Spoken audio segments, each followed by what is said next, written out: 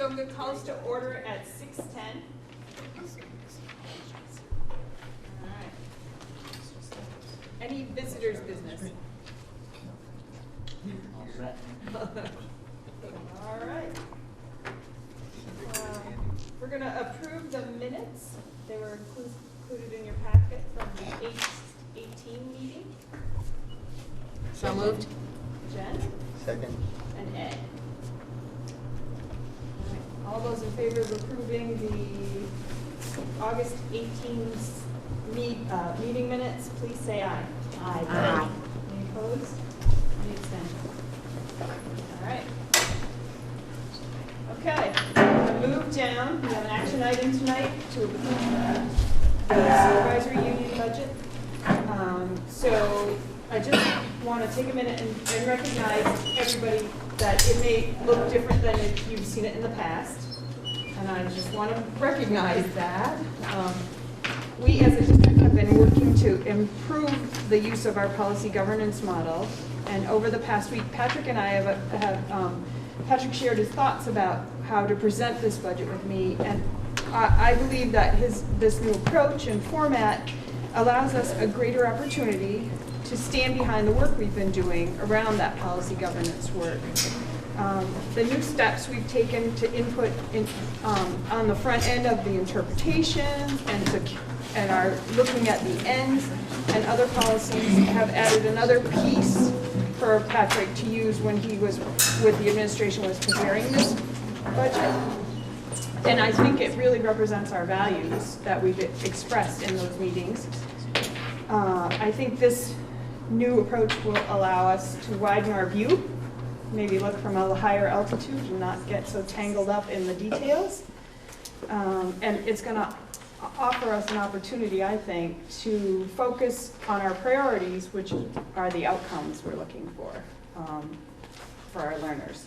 So I'm going to let Patrick take it away, and here we go. So there's a hard copy that just came around, which is the most updated version, even updated from what you saw last night. The changes that were made are almost exclusively on the revenue side. We missed a couple of pieces of revenue that we wanted to include, and then we had to go back and sort of track those through the previous years and then make sure that all the numbers lined up and made sense. So just a reminder that this is sort of a philosophical shift, at least that we're trying to make in central office, around the central office budget, and really thinking of it as a purchase services budget, because that's what it is. The services that we provide in central office are intended to assist schools in meeting needs of kids, and providing those services costs money. And what we're showing you is what we propose the services to be and the costs associated with those services. So we've seen this slide before. There's some things we have more control over and some things we have less control over, and those are factors as we're building these budgets. So this is sort of a compilation of some of those desired improvements that you'll see throughout the rest of these slides, just sort of all on one page. These are additions, changes that we would like to make to enhance the services that we're providing to schools, and the budget that you'll see reflects our intentions of trying to make some of these changes. This just helps put all of that in the perspective of the student. So the student really is at the center of all this. Then personalized learning is sort of the method through which we individualize it to the student. Then thinking about proficiency-based learning and those competencies and standards within this multi-tier system of supports, focused on achieving the ends for those students. It's really how it all fits together, as the little caption up there says. So again, these are the same highlights that you saw in the last presentation and that were in last night's version of the presentation that you saw. We've expanded a little bit more on the desired improvements in teaching and learning and tried to sort of mirror the formatting on this slide as others. But really it's about access for students to that core instruction in general ed, and access for staff to the stronger coordination in English language arts, and continued support and professional development in all of the instructional areas. So to be able to achieve that, this is the comparison over the past 2 years and the proposal for FY18. I mentioned the revenue, so we're going to see probably the most significant change you're going to see are these revenue figures here. And that had to do with some shared staffing that we didn't account for appropriately in the previous version that you saw, and that we've since accounted for appropriately in each of those areas. I think you'll notice the effect down here in terms of the assessment to schools didn't change too dramatically. But this is essentially within the teaching and learning team.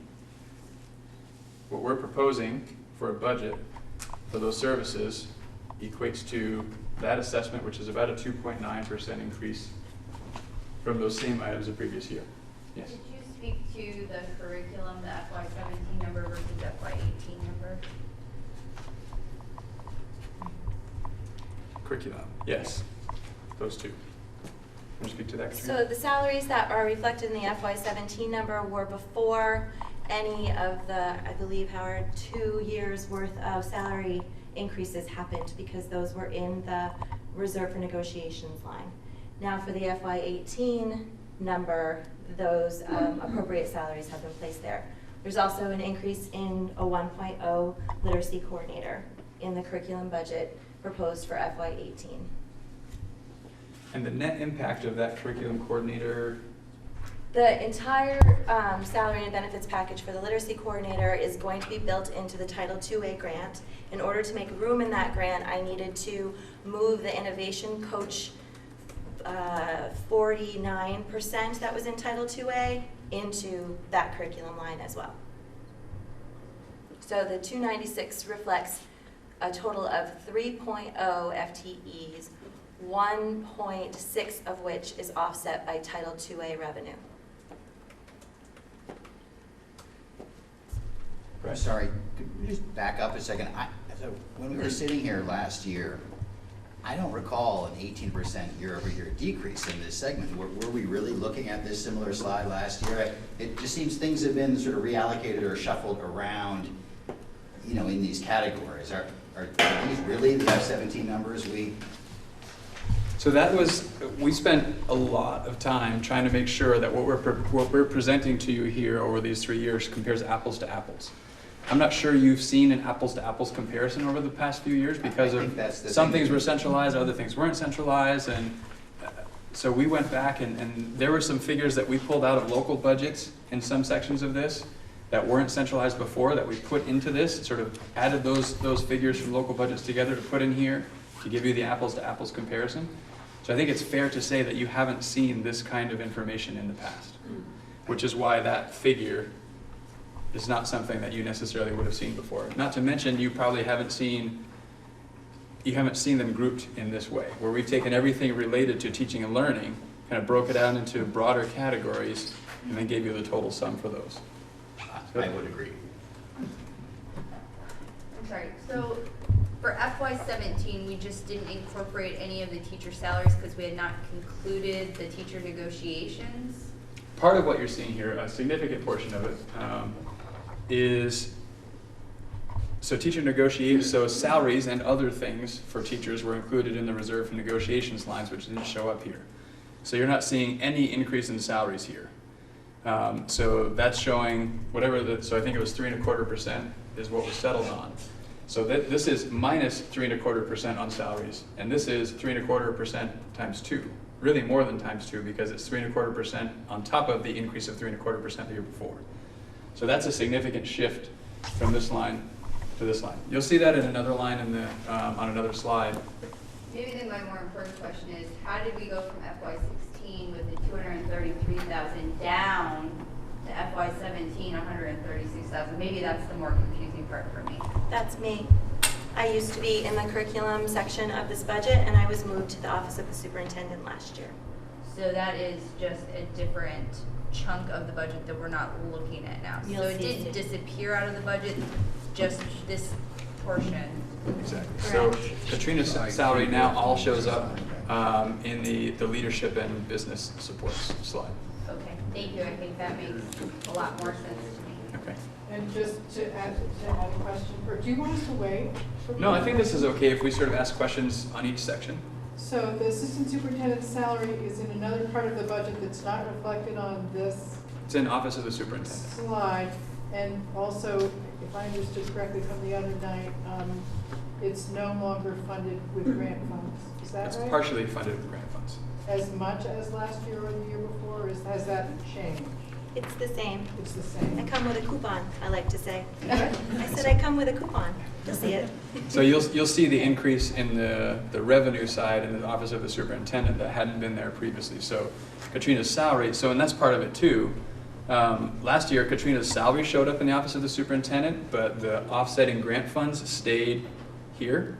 So that also had an impact on reducing that figure.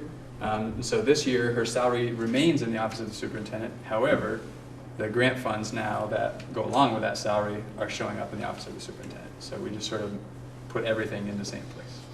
I'm just also wondering about what assumptions you're making about, or what new information you have about anticipated revenue, especially around Title I and II.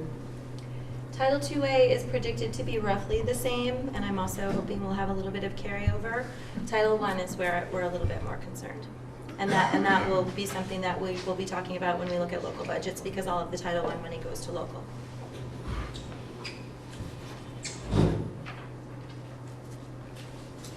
Thanks. Yep. Just letting this slide sit for a minute in case there are other questions building. And we can always come back. Maybe I'll move on and we can come back if there are other questions.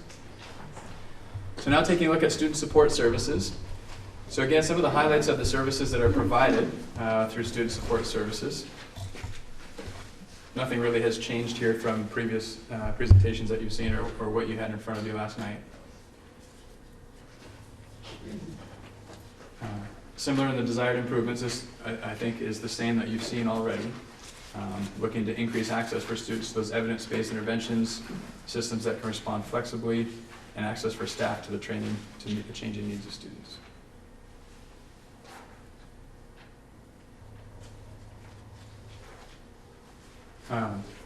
So again, some revenue changes here.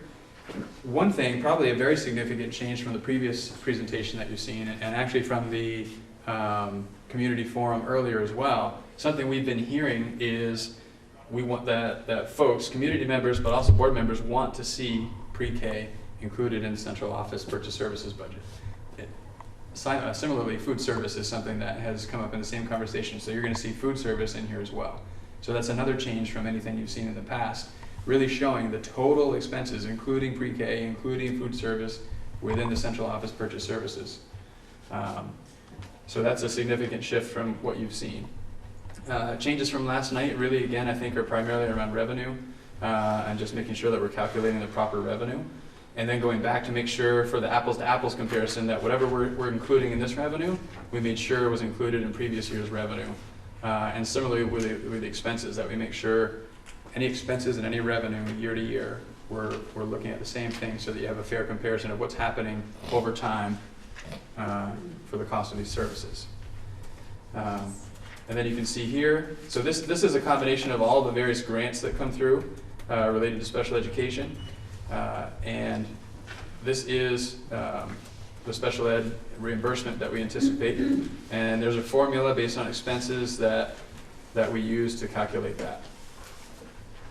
And then we subtract the total expenses.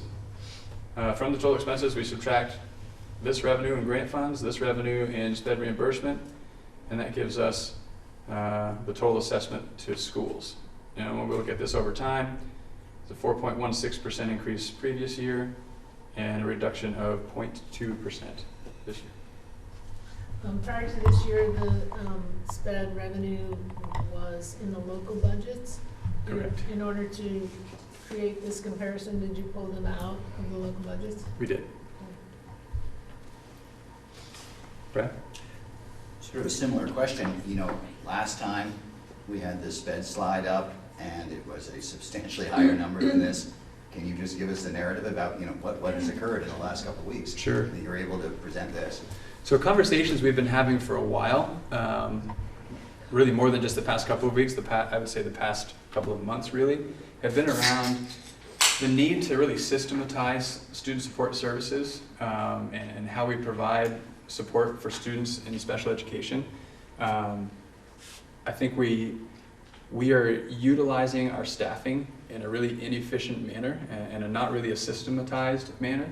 I think we need to, and we just had some conversations about this today at our admin meeting, we need to talk about a system that improves outcomes for kids, that really does, I think, a better job in meeting the needs of kids and uses the resources we have more efficiently. So in light of that conversation and where we expect to be able to go, there is a reduction in staffing that has led to a change here from the previous figure that you saw. Can you talk a little Yeah. bit more about the, oh, I'm sorry, someone was You? I was curious about the drop in the pre-K, 140,000. Sure. Yep, so it's a reduction from, I think, 140 or 141 down to 120, I think is the figure that we used. And that's looking at real numbers of kids that we have right now and projecting forward. Just want to, Nancy had a question brewing. Yeah, yes, I'm just wondering if you could talk a little bit more about the staff reductions that you're anticipating. Sure. So, staff reduction is an interesting conversation. So we have to sort of pick a number to achieve a dollar figure that kind of gets us where we think we can be. Whether or not that's the actual number of reductions we would see is hard to say because of the shifting number of students that we might have and the shifting needs of students. What we are looking at here is projecting, if it were the 5 least senior support staff members in the SU and the 1 least senior professional staff member, that's what we'd be looking at. Now, depending on what happens with retirement, other forms of attrition, whether or not that's exactly the number that ends up there, a little hard to say. For example, if 2 people choose to retire, if 2 special educators choose to retire, we could keep the 1.0 FTE professional staff person that we are looking at reductions in here and have essentially a net 0 impact on the budget. So it's sort of that combination of hitting the budget target that we're setting in terms of the dollar figure and adjusting staffing accordingly. So we picked a number that we think maybe we can achieve through these efficiency conversations and the systemization of service delivery. We haven't exactly planned out what that new system would look like, so we picked a number that we thought we could shoot for, and that's what we're going to try and achieve. And how that process goes will really drive exactly the number of people that we might be reducing by. And obviously the intent would be to make any reductions as much as possible through attrition. Although you haven't yet planned out what those increased staffing efficiencies might look like, can you walk us through some preliminary thinking? Sure. Because I can imagine some folks being concerned to hear about a reduction in staffing in the special ed area. Mm-hmm. So it was sort of interesting. I'll make myself a little vulnerable right now. I brought it up earlier today and at one point, maybe yesterday. Said if someone were to ask me philosophically, sort of what drives how we serve students in special education and how do we meet the ranging needs in each school, I would have to say, well, that depends on which school you're in. You know, that how we meet needs, how we utilize staff to meet needs right now differs school to school. What's clear from a systems perspective is our capacity, the way we've structured the system, is totally maxed out. If one student moves in, we don't have capacity necessarily to meet their needs depending on what those needs are. So we need to think about how we repurpose staffing and systematize that staffing in a way that we increase our capacity as a system. And that's essentially where the thinking is right now, that our capacity isn't because we don't have enough people necessarily. Our capacity is in the way we've structured how we utilize folks. So the conversation is, how do we reorganize how we utilize folks? What kind of oversight is there at the SU level? We have a behavior interventionist that works at the SU level, but it's challenging when the behavior intervention program is different school to school to really have that oversight on a systematic level. So it's trying to have those conversations around what is the best system we can put in place to meet kids' needs, and how efficient can we make that system? So working those double edges of how can we improve outcomes for kids and increase efficiency in staffing? That's the goal, in looking at how we systematize that across the SU. And can I ask a follow-up? And I don't know if it's appropriate to ask this, but have you thought about conversations with the professional staff around what that looks like? Because I'm just thinking about what I imagine their pressure points are. Sure. And meeting the diverse needs of our students, I think, is a huge pressure point. Yep. So I'm a little concerned, especially going into negotiations, about talk of reducing some of those supports without engaging them in that conversation as well. And that came up in our conversation today with the administrators, that the conversation begins at that administrator level, but absolutely we need to engage in conversation with faculty and staff about this design and what folks think will be efficient and ultimately, most importantly, effective in meeting the needs of kids. For sure, that has to happen. And that ties exactly to my question, which is how the measurement of actually giving kids what they need is actually happening. You know, I feel like it's one of the unanswered questions that we've been looking at for years now, since, you know, I've been on the board. And I think it's really critical for us to be able to come up with ways to answer that, because although I know there's broad base of needs and every kid is different and all the rest of it, but that's the same for every kid in this school, whether they are special ed qualified or not. And so I feel like that's something that in this process that has got to be built into the system so that there's actual results that we can show for the enormous money and effort that goes into this process,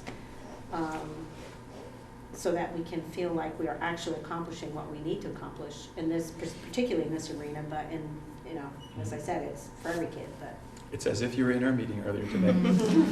Those are the conversations that, today wasn't the first time this year we've had that conversation, that we need to, there's this sort of quadrant on effective use of data that a national researcher and presenters put out, Victor Four. The left side of this quadrant has, see if I get the left and the right correct. The left side of the quadrant are schools that don't know why they're getting the results they're getting. They're lucky if they're getting good results, but don't know why they're getting them. Or they're losing if they're getting bad results and don't know why they're getting bad results. On the right side are schools that know why they're getting the results. If you're not getting good results but you know why, it's termed learning. Like the chance of improving those is high because you know why you're getting the results you're getting. And ultimately where we want to be is in the leading quadrant, which is you're getting good results and you know why, so you'll be able to maintain those results in a pretty high reliability. And so that all comes around that use of data, and it's not just for students and IEPs, it's for all students, and we need to be able to disaggregate into those different subgroups. And I wouldn't say, so it's all students, it's students on IEPs, it's students from low-income homes, it's students that are English as a second language. All of those various subgroups are important for us to pay attention to and look at the data.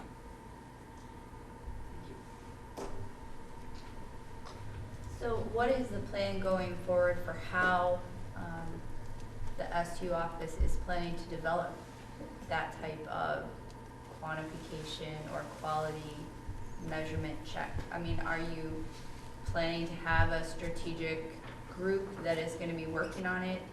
Is there a plan I mean, I know you have in other areas very specific plans with timelines, which seems very helpful.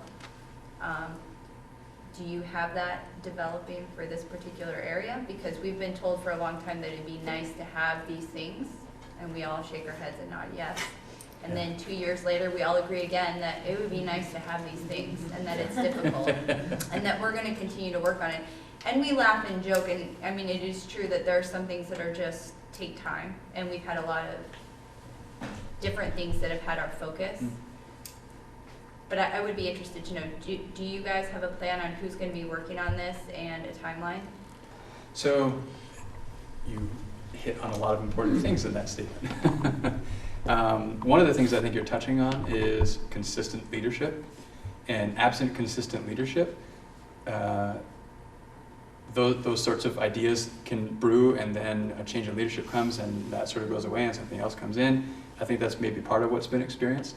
In terms of the timeline, so at our admin meeting today, we were missing one administrator, but we had every other administrator sitting at the table, and everyone agreed this is really important work. This is the focus on, this is a common goal that we have as administrators that are being set in terms of supervision and evaluation for administrators.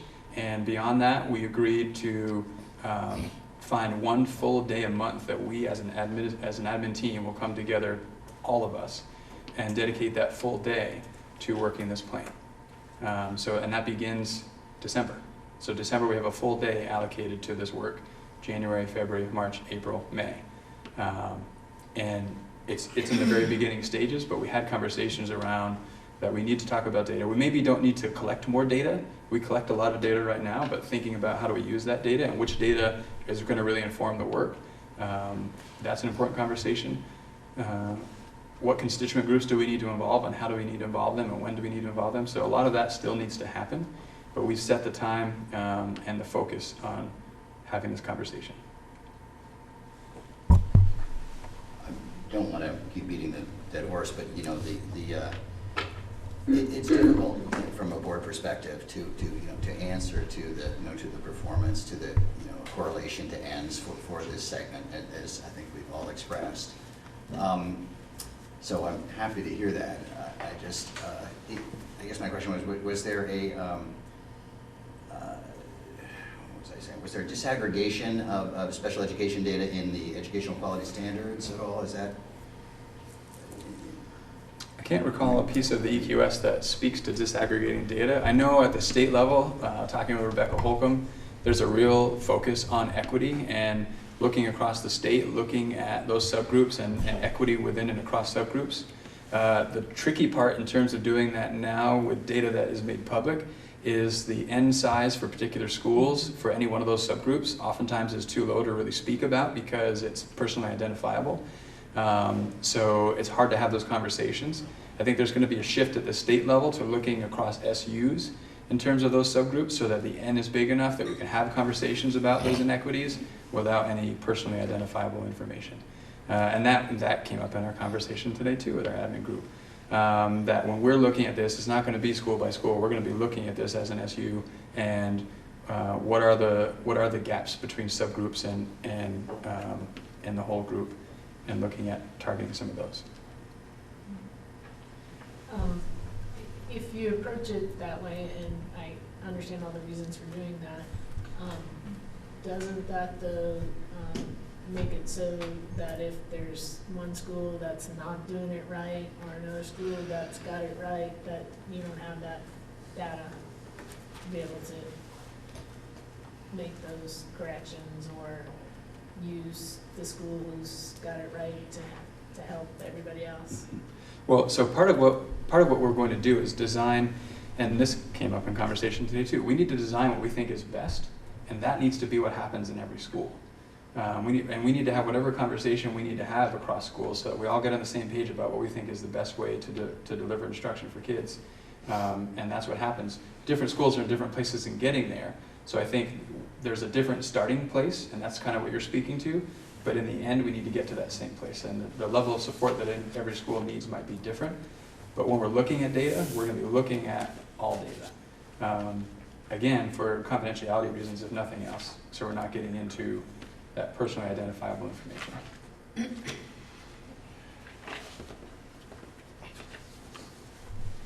So, is it safe to say that right now you're in a period of trying to figure out what it is that we do know, and then from there, after now, whatever there is, we will be able to start thinking about improvements and targets and student improvement and making sure that we are seeing an increase. Right now, we don't really know that. So anticipating seeing next year plausible data that there are improvements isn't necessarily something we should be looking for. Right, so it'll take the rest of this year to really do the work to design what we want to put in place for next year. So certainly early next year, there wouldn't be any data to show the impact of those changes. Maybe at the end of next year. In reality, it might be the following fall, when we look at the ends data, that we might start to have some information, because that's ultimately, depends on what data we're going to be looking at. But there's certainly some important data points that we don't get until, October probably, which is why we have the ends placed where they are in the school year. And that's why I'm asking, because we have this very condensed version of the budget so that we can focus on the ends, but if we don't know if we're approaching those ends appropriately, then we don't know where we are. Yeah. And so it becomes difficult to explain to somebody who asks, well, what do these dollar numbers mean, and versus what's improving at our schools. It's hard to make that connection. We have to sure. have vigorous metrics around our ends so that we know that we're meeting the targets that we need. So I have the fortune or misfortune, I'm not sure which it is yet, but I think it'll end up being a fortune. I have the fortune of a mental model now, having seen some other work that's happening in other SUs around student outcomes over time and what's happening there, and being able to use that trend data. It's hard to use a single year's information to really reallocate funds in one place, because that's one data point. So really looking at multiple data points and what are the trends is really where it becomes more reliable. And then looking at those trends, and when we identify, okay, there's a trend here and that's showing a clear need over time, and then to be able to connect budgets and be able to build a budget in a similar fashion showing we saw this need in the trend data, and therefore we're allocating these funds here to try and target that need, is ultimately where I want to get. And I have these pictures of graphs in my head that I envision. We're not there yet. We won't be there in the fall, but over time, that's what I think we need to build toward. Yes.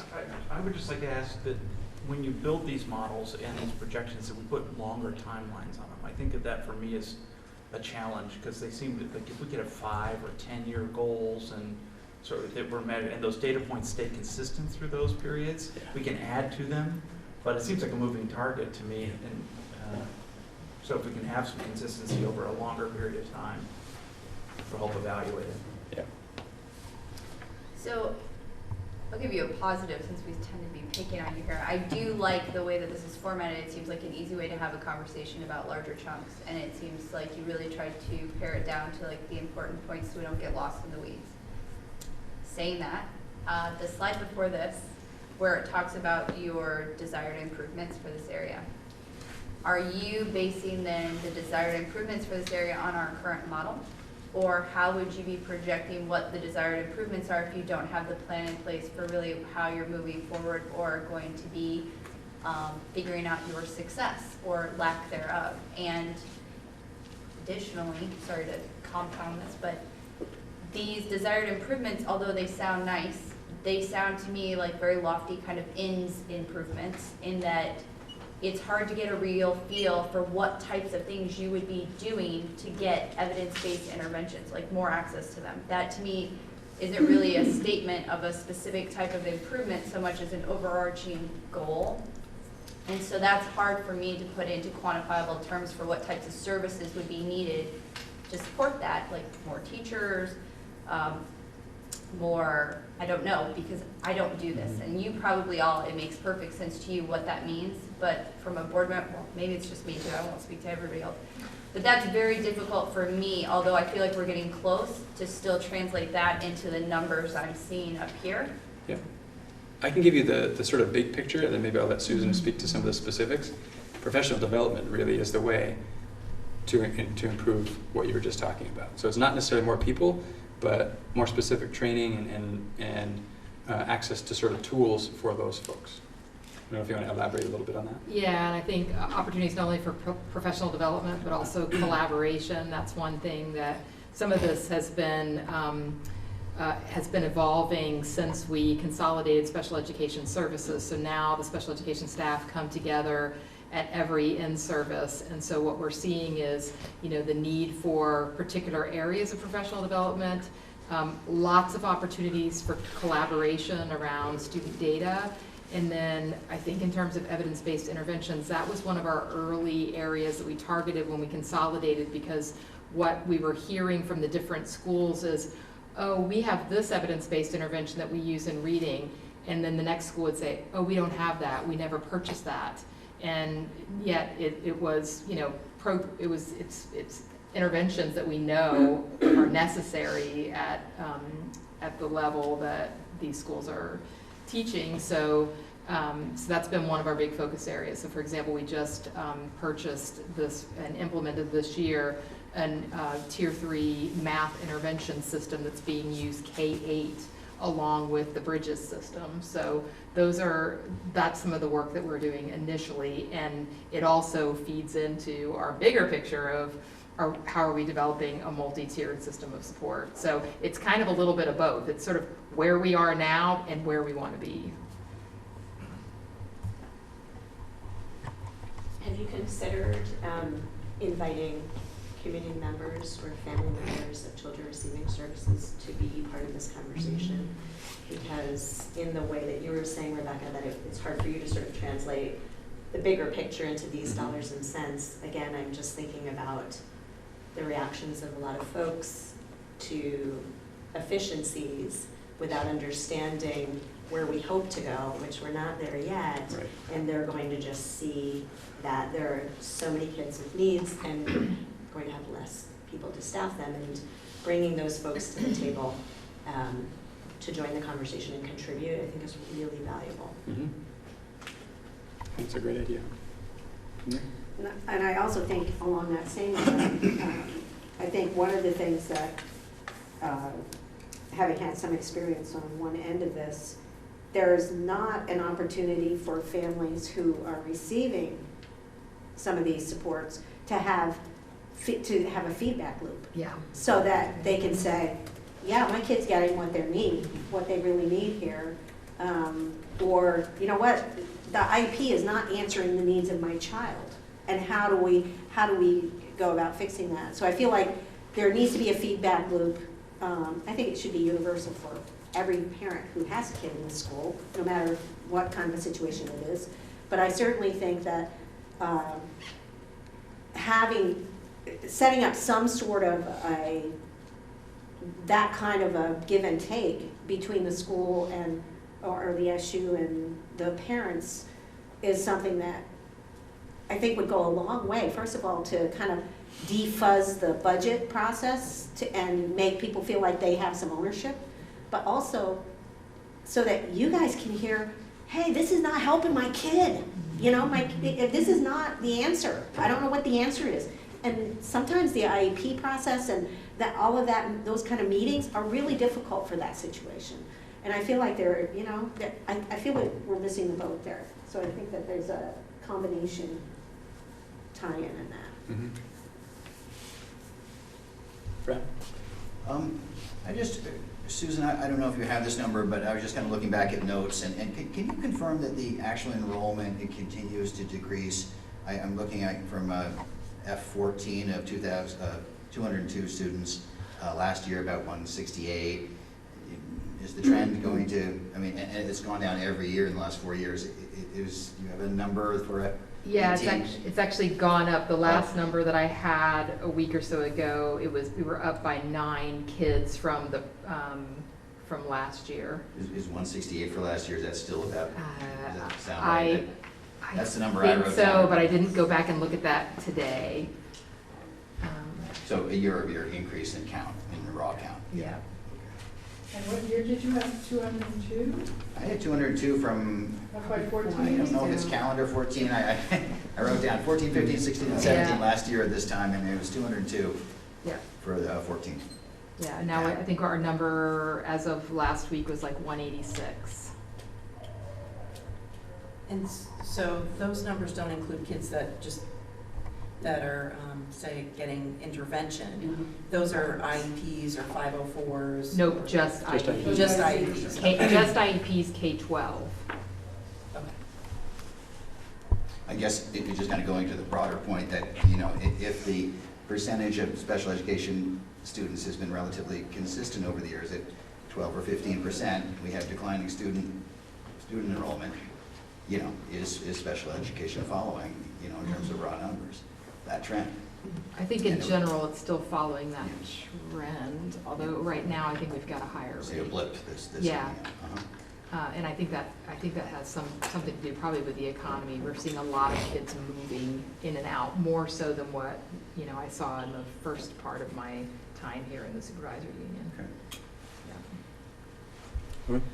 I think it would be great information to have within this compressed and sort of simplified overview that we're getting, perhaps the number of kids in a given year that are being helped.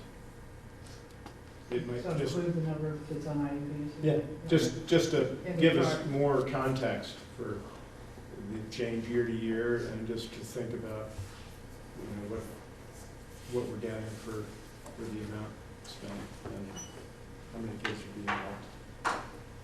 Sure. So, I know there's a plan to develop some data going forward to make budgeting decisions. But, you did make some decisions about where to allocate additional resources in this budget. And I'm wondering what sort of monitoring data you relied on, or what else, if not monitoring data, or what you might have relied on to make those decisions. So thinking beyond just student support services, but connecting also back to teaching and learning, sure. So much of the sort of data around the literacy coordination is not, I suppose we could look at our literacy results and they're not what we want them to be. I think that's been pretty consistent over time.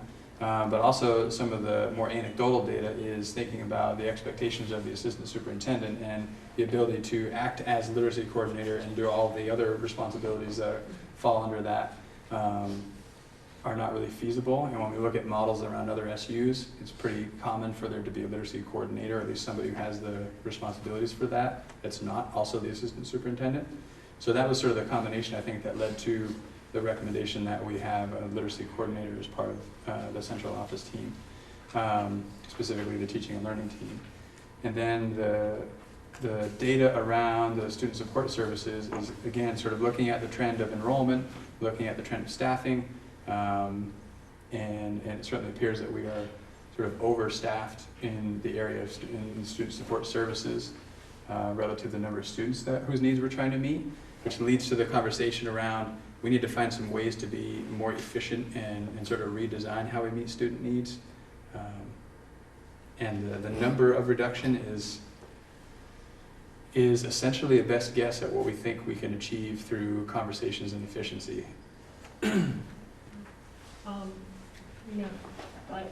When I looked at some of the results, it looks like, we have more, maybe even more of a problem with our math scores than our literacy scores. And so I'm wondering if there's an investment in the math program. There's been a tremendous, I'm sorry. Yeah, no, I think I was going to say what you were going to say, that we have invested considerable money over the past few years in terms of math. So that the hiring of a math coordinator, when did that take place? 3 years, this is her third year. So two full years have gone by with that. So that's still certainly a developing process there. But I think a common program, I won't say curriculum, because it's not, but a common program in Bridges Math, K5? Yes. In addition to the, what's the math? Do the math. Do the math support on the special ed side to support that work, so Okay.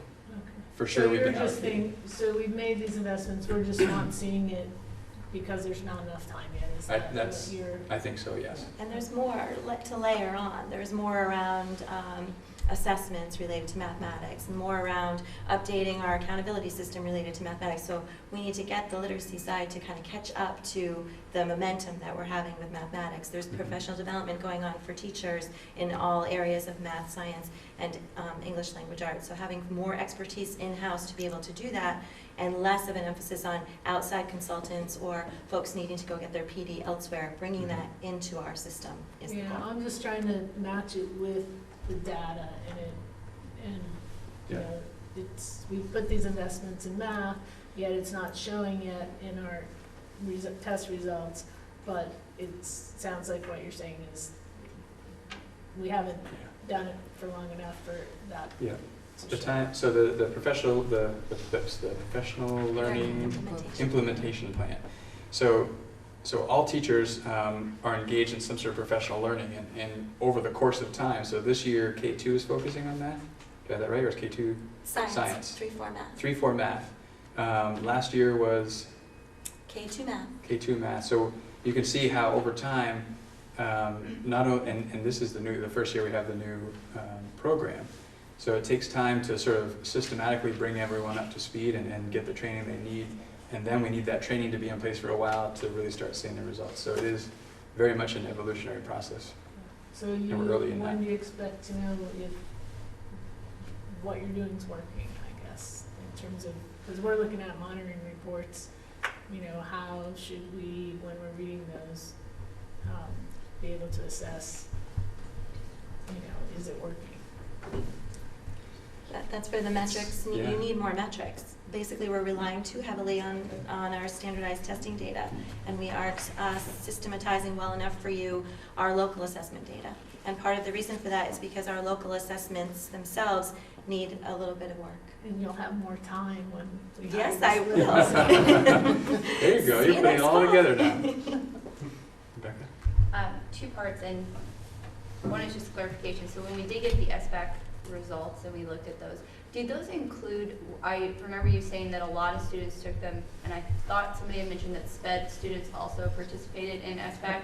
So is there a possibility that those scores, because of how small some of our grade levels are distinctly impacted by the inclusion of special ed children taking those tests, even if they maybe aren't, or I don't know, like, do you know what I'm saying without sounding mean? That there might be a variance for what their expectation actually is under their IEP versus what that test accountability requires for the grade level that they're taking it at?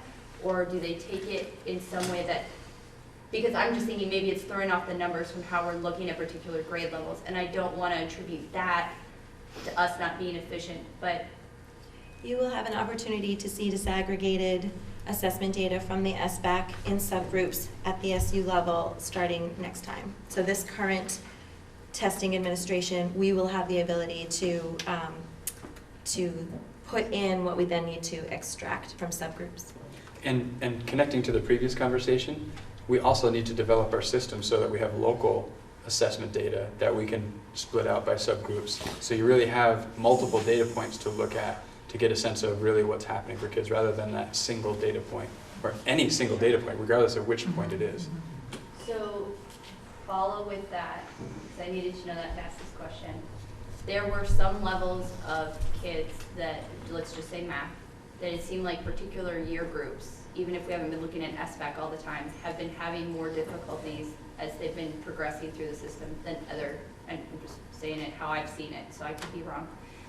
You're not talking about a cohort, but a grade. So Yes. third like grade if you're over talking about time, third not- grade, and now I'm looking at them, but they're 8th graders, it seems like there are some. Sarah, looking Is it at a cohort? So you're Okay. following the same group of students Yes. over time, Yes. not looking at a particular grade over time. Yes. Okay. Yes, that there are some of those that seem to be traveling and having more difficulties than others, or at least that's my interpretation of the results I've seen. And I like that we're taking the time professionally to develop people in groups and work our way up, but do we have like a trauma kind of system where we also, you know, actually address like the immediate needs? Because if I have kids in 8th, 9th, 10th, 11th, 12th grade that are performing maybe in an area that says, shout, I have a problem, I like the idea of strategically developing our education team.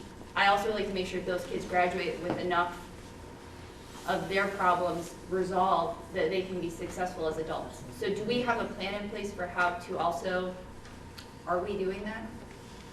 So the foundation for what you're talking about is a comprehensive assessment system. So we need to have multiple data points that we can look at that tell us, oh, this group right here is really struggling, so that we can allocate resources there.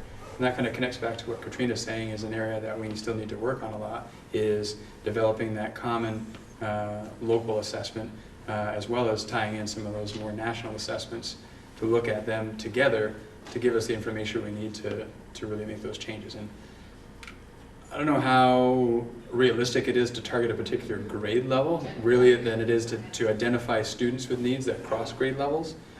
So how we would allocate resources to meet the identified needs through that assessment, I think we'd have to just take a look at that. It may not be as simple as this third grade cohort has had a hard time, so let's really pool a lot of resources around that one cohort, because in the meantime we might be leaving behind some kids that still need some support. So That is not what I meant. I just meant that if I see a trend, then maybe if they missed a large chunk of something for whatever reason in a building block kind of system like math, where if you don't understand one concept, the chances of you being successful with another one. How do we go back and fix that still? Because I feel like it's important to get them when they're young and get all the building blocks right.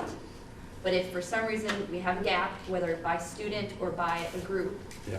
it would be nice to be able to try to fix that as much as possible, as opposed to saying, well, we haven't figured out the system well enough to address that. Yes. And the way to do that is through locally developed common formative assessment that's happening in real time. Okay. Not sort of the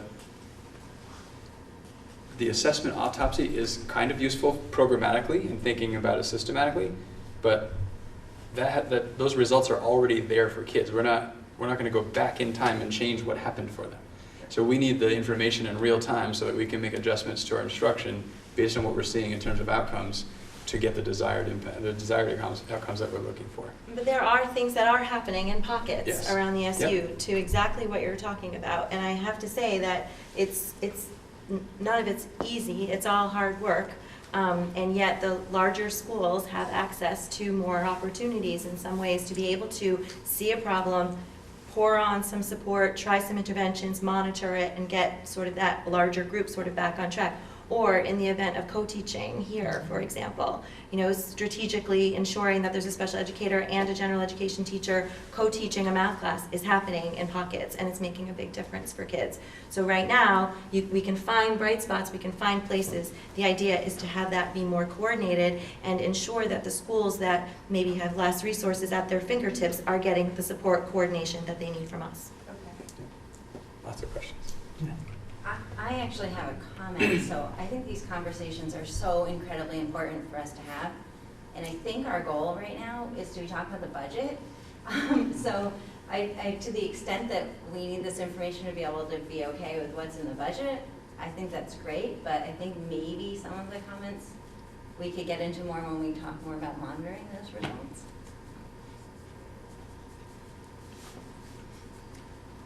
Nancy?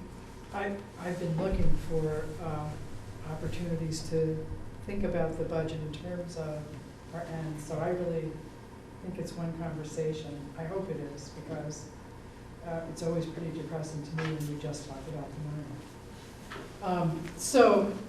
I have a couple of questions that are perhaps more general. One of them is just to try to understand the numbers. When I look at this chart and I look at the one on the previous page, I think you were saying, I just want to make sure I understand. Which chart? This one? Yes, the 3-year budget impact.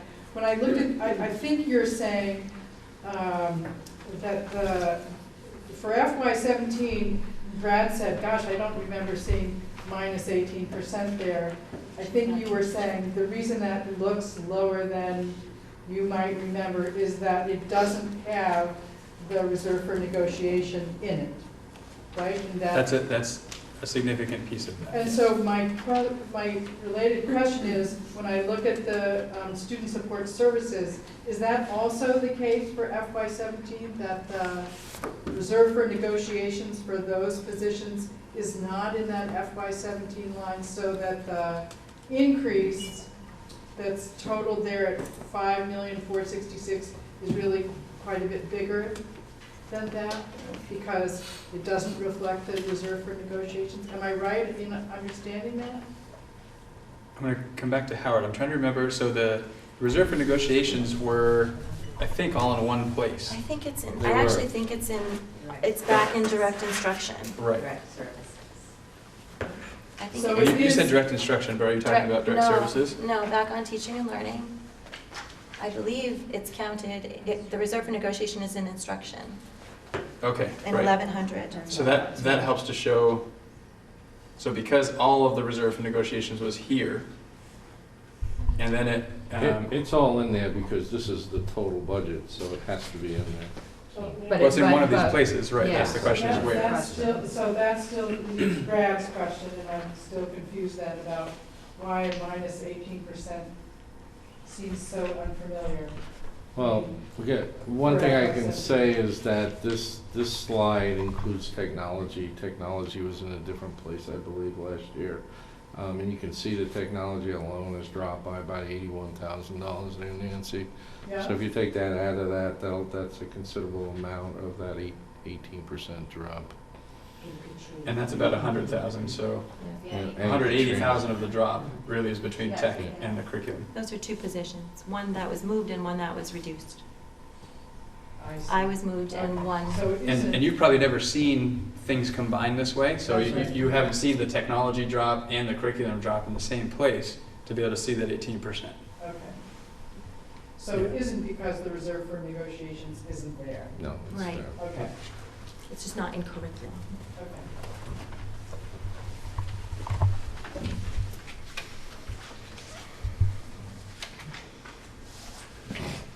We good here?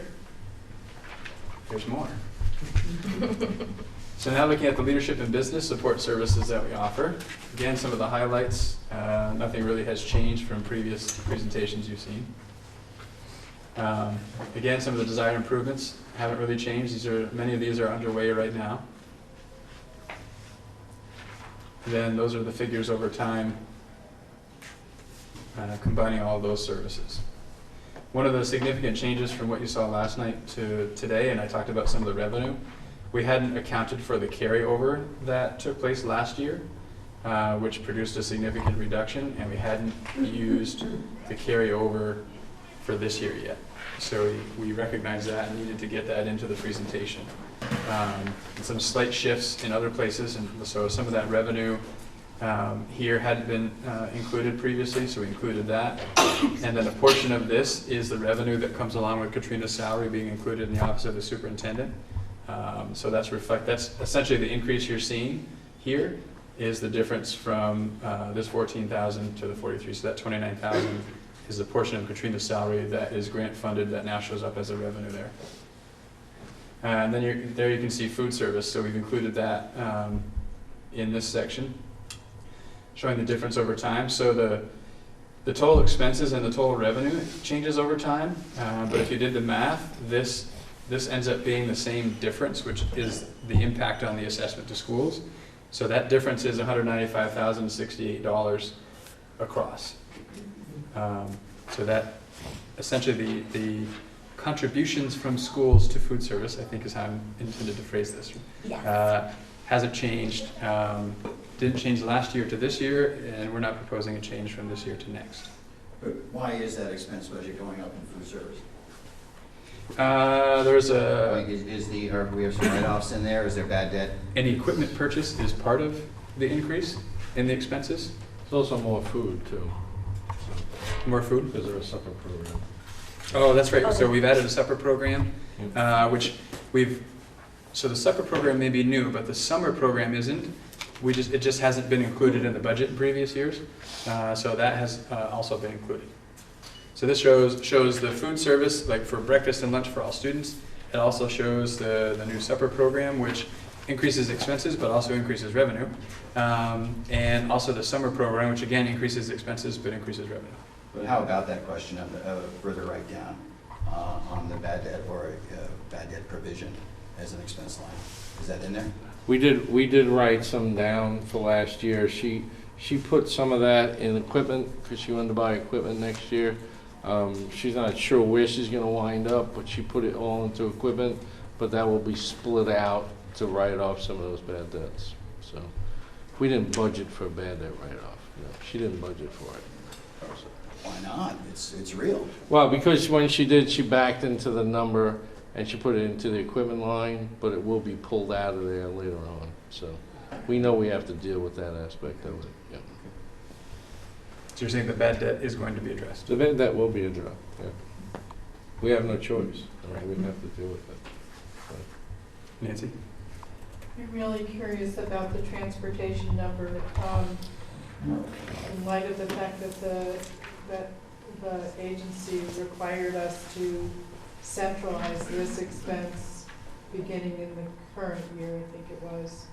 And it looks like, I'm just curious about, I've been in touch with another SU that did a study about transportation, requesting a waiver from Montpelier so that they wouldn't have to centralize, because they believed it was going to centralize was going to increase their transportation costs. And indeed, that is what happened, what would have happened if they hadn't commissioned a study and therefore gotten a waiver. So I'm very curious about that increase in cost for transportation and what we know about it so far. Sure.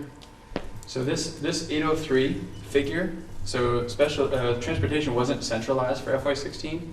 So that's a figure that I went in and created by looking at transportation expenses in every local school, adding that together and producing this number. This is the first year transportation was centralized. And we did get a waiver for fiscal year 17. Well, in terms of how we did it. That's correct.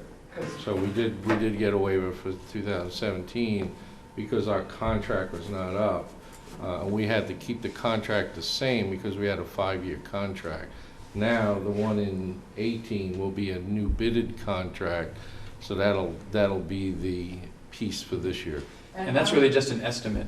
That's just an estimate. We haven't. We sent out the bids and we just haven't got them all back. Is it yet. 2.5%? What's the estimate based on that? I think we increased it somewhere around 5 or 6%. 5 or 6. I mean, we're transporting fewer It wasn't kids, 5, right? it was 4. Because our enrollment's going down. Doesn't mean we can get rid of It's that. about hours and routes.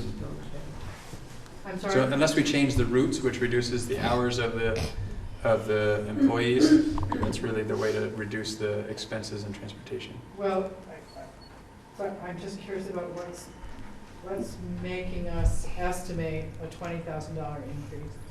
It's because we expect an increase in cost based on a new bid, because what they have to do is they have to provide us with new buses that are at least 8 years or younger. So they're gonna have to go out and retool their buses, and of course, they're gonna pass that on to us. And we anticipate that that's why that will go up. It's really about being fiscally conservative is all, because we don't know. Yeah. We estimated probably higher than it really will be because we're not sure. So we could hope that it's less than that.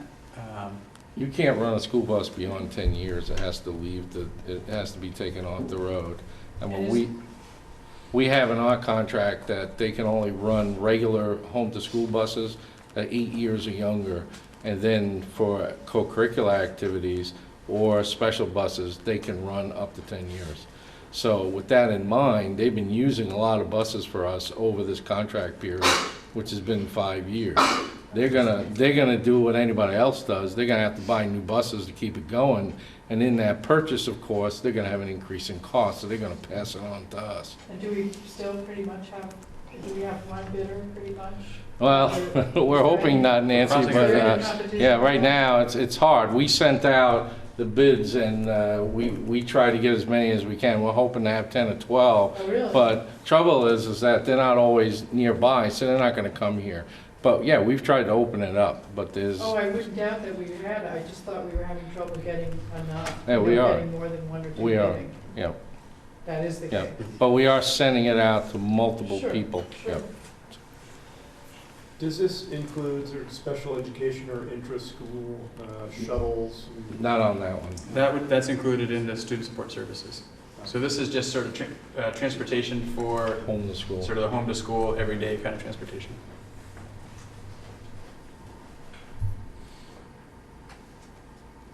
So you can see this, so because it appears that this carryover was applied from FY16 to 17, that had a significant impact on this reduction of 14% from the previous year in terms of the assessment. And so that carryover has increased from the previous year, which is a significant contributing factor to a further reduction from last year to this year in terms of the assessment to schools from these offices. Okay. Is that carryover number been audited?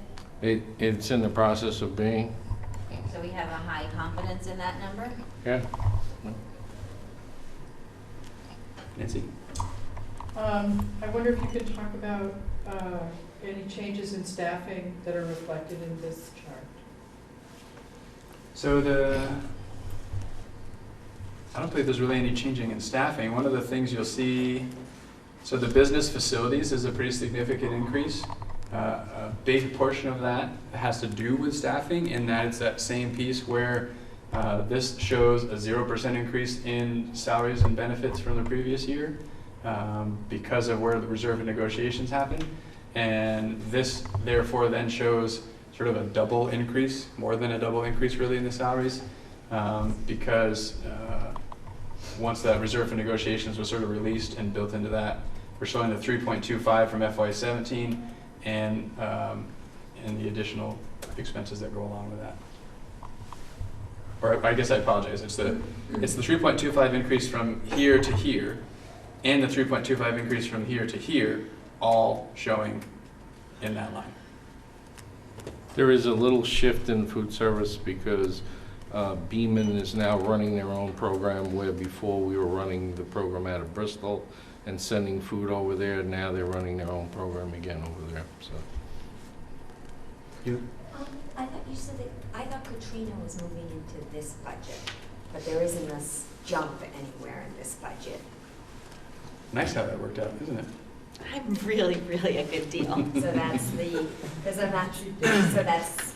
Had Katrina stayed as she were, this would have been a reduction from this year. Without a reduction in staff. Correct. Wait, could you explain that again? I don't understand. So had Katrina not had all of her salary move into this column, so it's the superintendent's office, is where Katrina's salary in its entirety now lives, and it hasn't previously. Had Katrina's stayed where it was in FY17, then this would have been a reduction from proposed FY18 from current FY17.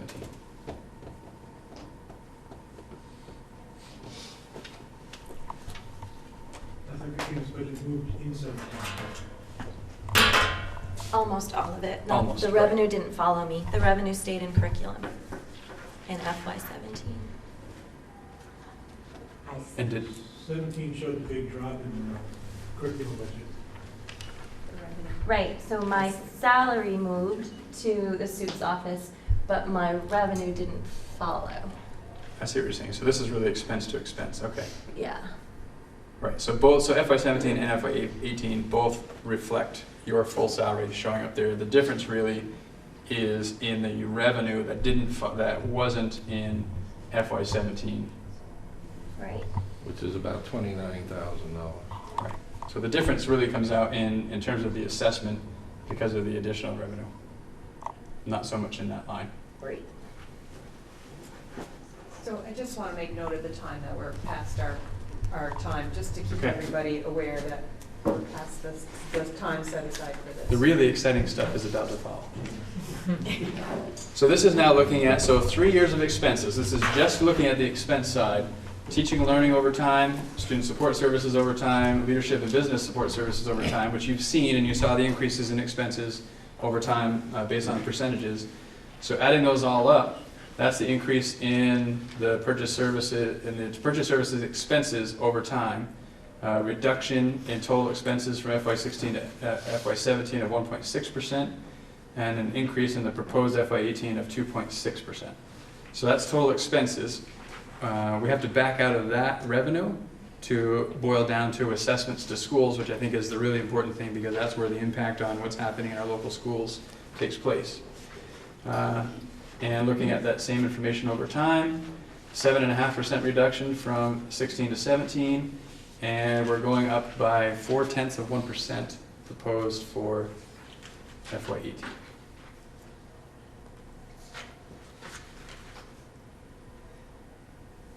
thought we were at a much higher number the last time we met. We were at like 6%. 6.5. You're correct. What magic took place? No magic. I think a lot of elbow grease and many, many hours in the central office conference room and running back and forth and crunching numbers and taking another look at revenue. And we also increase in benefits that we took. Right, we had been projecting a 10% increase in health insurance. That's now a 3% increase, so that helped. And we also had the reduction in staff that we're looking to try and achieve. You're going down at 18. You should be minus point. Yeah, you should be a minus. Oh, I'm sorry. That's even better. I'm gonna fix it right now. Gosh. So Patrick, going back to the expense, one slide before.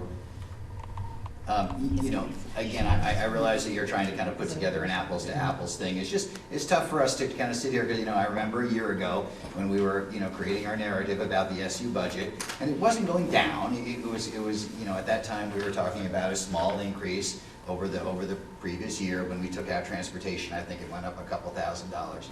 We were very happy about that. You know, we weren't sitting here talking about a year-over-year 1.6 decrease. Now I understand, you know, that the carryover and I mean, I think I've got a handle on this now, and you know, I mean, going forward, let's use these apples, so to speak. But you know, the numbers don't lie. And obviously, we've done a lot of work between 2 weeks ago and now. So thank you.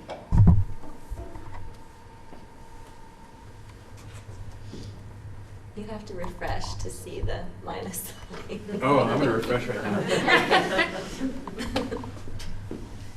There, it did it. Yep, it did it right there, we can see it. Talk about instant. I love those Google Docs. There. Much better. So just, I know you mentioned a little bit that there were some changes in the numbers from last night to what we're seeing today. So I'm just curious, like, what areas is there still uncertainty about the numbers that are in this version of the budget that we're seeing today? Well, reserve for negotiations would be one area where there are some uncertainties. Part of that being health insurance. And even what we budgeted for health insurance at 3%, whether or not that's what happens next year with VHI for the first half of the year is certainly an uncertainty. The actual needs for student support services, as Susan said, we increased by 9 students this year. If we increase again by 9 students next year, I'm not sure the budget we have for student support services is sufficient unless we really can figure out some efficiencies. So there turns out there are a lot of uncertainties when we're building budgets, and most of those don't become, there's uncertainties how the rest of this year plays out relative to this year's budget because there's so many moving targets. So thank you. Can I ask my question perhaps a little bit differently then? So what assumptions have you made in presenting these numbers that might change during the budget development cycle rather than in the actuals that we incur next year? If we have a transportation contract while we're in the budget development cycle, then that's certainly a figure that could change.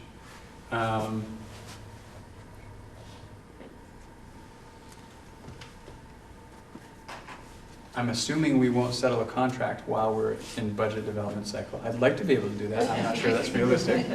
So that probably won't change during our time together, building the budget. Jump in, guys. I'm struggling with some more specifics. Those are the biggies. Well, again, this would be after, but who chooses to retire, how are they replaced, that's a significant impact, but that will be something that probably at the earliest we'll know in the spring. So that'll be probably just after the budget's been voted on and hopefully approved in March.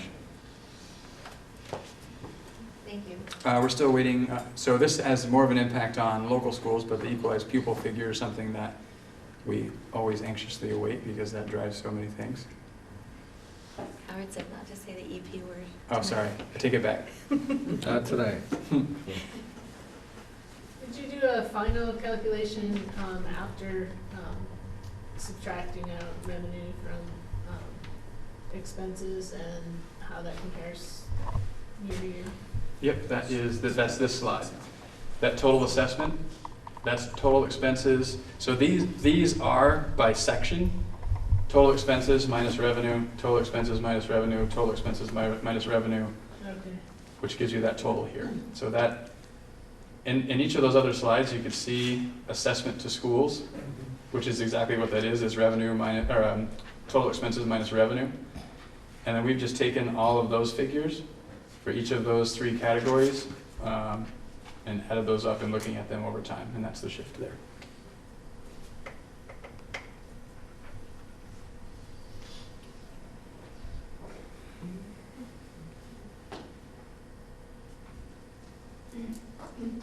No more questions? How are we gonna allocate it? Next agenda item. Wait a minute. Oh, okay. That's the next thing. I know that this work happens before the detailed work on the school, individual school budgets, but I'm wondering about whether you're far enough along in thinking about the school budgets that you have some confidence that that this assessment, as it plays out in each of the school budgets, will still provide sufficient latitude for the staffing and individual kid needs that you're anticipating. Not there yet. Monday and Tuesday, the four of us have all day for each of those 2 days set aside to work with building principals on their budgets and taking a look at all of those things.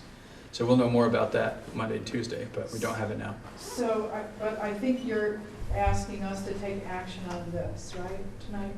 So what if we took action on this tonight, and when you got to the point of looking at the school pieces, you saw that there was gonna be, that the assessment you're anticipating was going to put undue pressure on the operations of the individual schools? What recourse would we have, or would you have? It's a good question. I haven't thought about that. I think our goal was to try and provide the services that we want to be able to provide to schools and have the least impact on those assessments as possible, which is why we worked really hard to try and achieve this figure.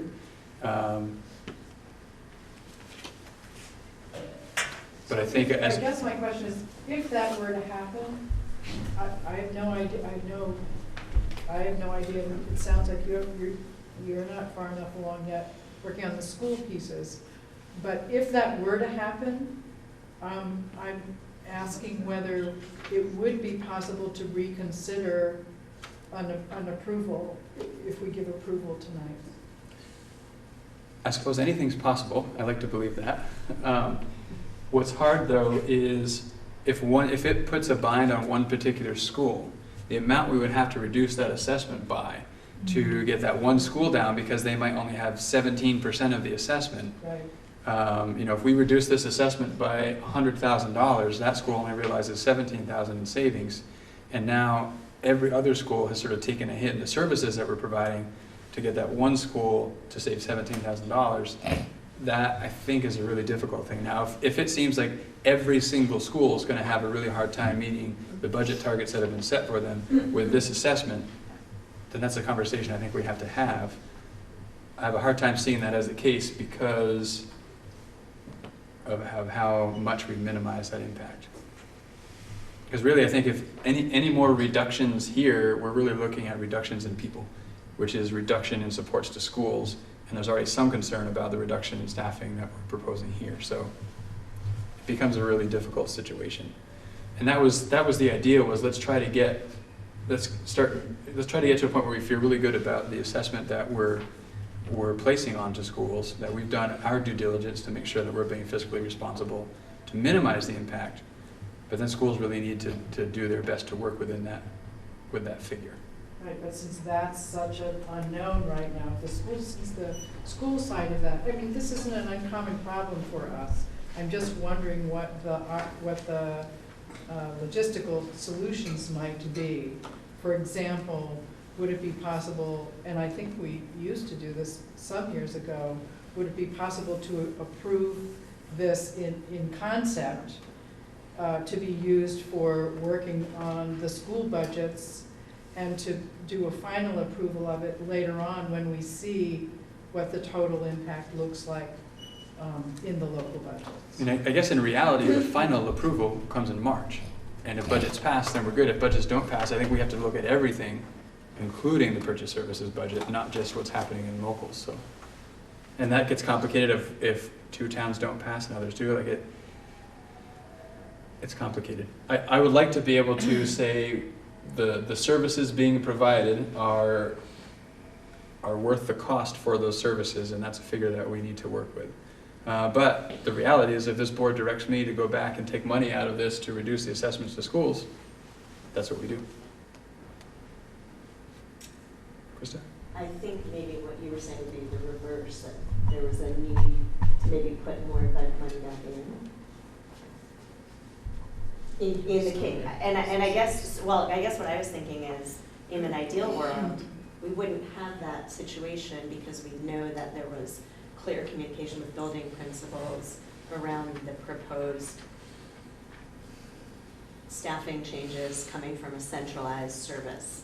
And I think, I'm going to a whole nother place, which is some of the concerns about F46 and the overarching consolidation piece and how you get that feedback from the building administrators back up to central office before these decisions are made. And I don't know if that's at all, maybe I'm in a whole different zone. Although I'll be in my own zone for a minute, just to kind of ask that too. I like your zone too, but it isn't the same zone I was. Okay, well, I'll stay in my place for a minute, which is just to say that, again, thinking about community concerns and thinking about how you sell this proposal, what confidence can you give us that the decisions made about student support services are with communication and collaboration among the folks in the schools, so the building principals who know what their staffing needs are, so that we're not at a place where you're hearing from them, this is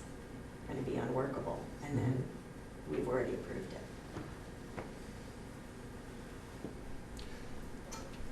It's hard to answer the question because there are so many unknowns, but knowing that in the process through which we'll arrive at hopefully a more efficient and effective service delivery model, that we're going to be engaging with principals, faculty, staff, community.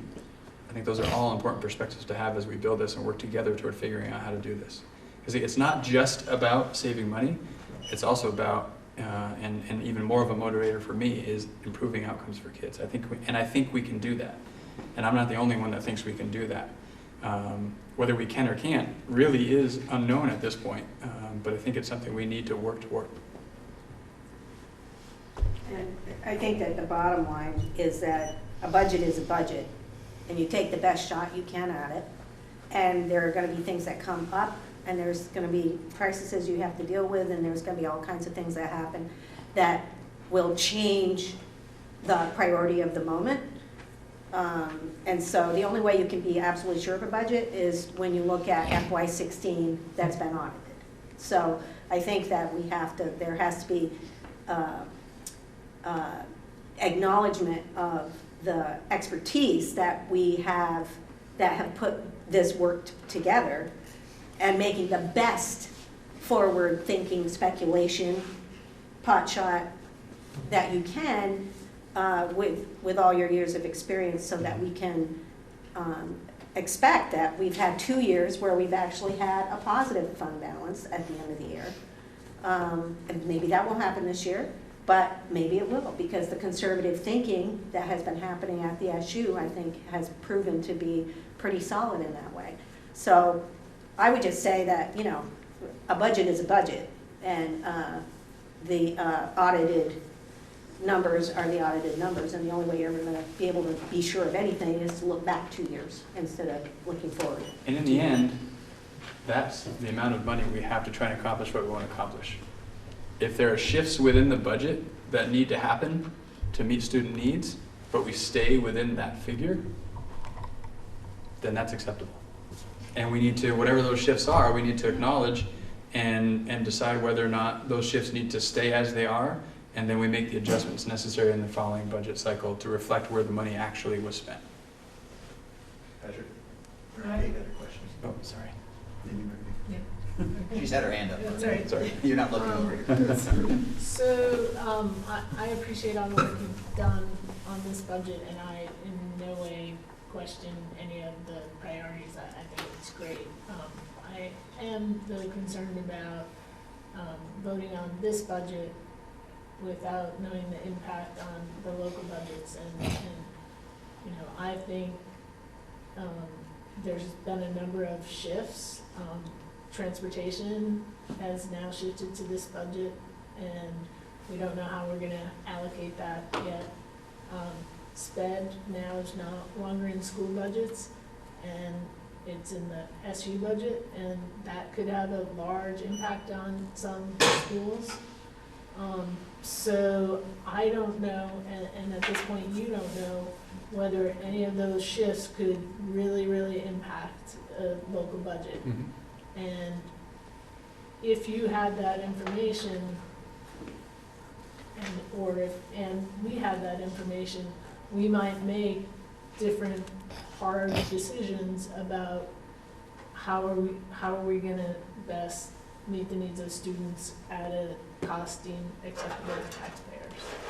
And so Don and I went back and forth on this a lot about, is the budget conversation tonight an action item or a discussion item?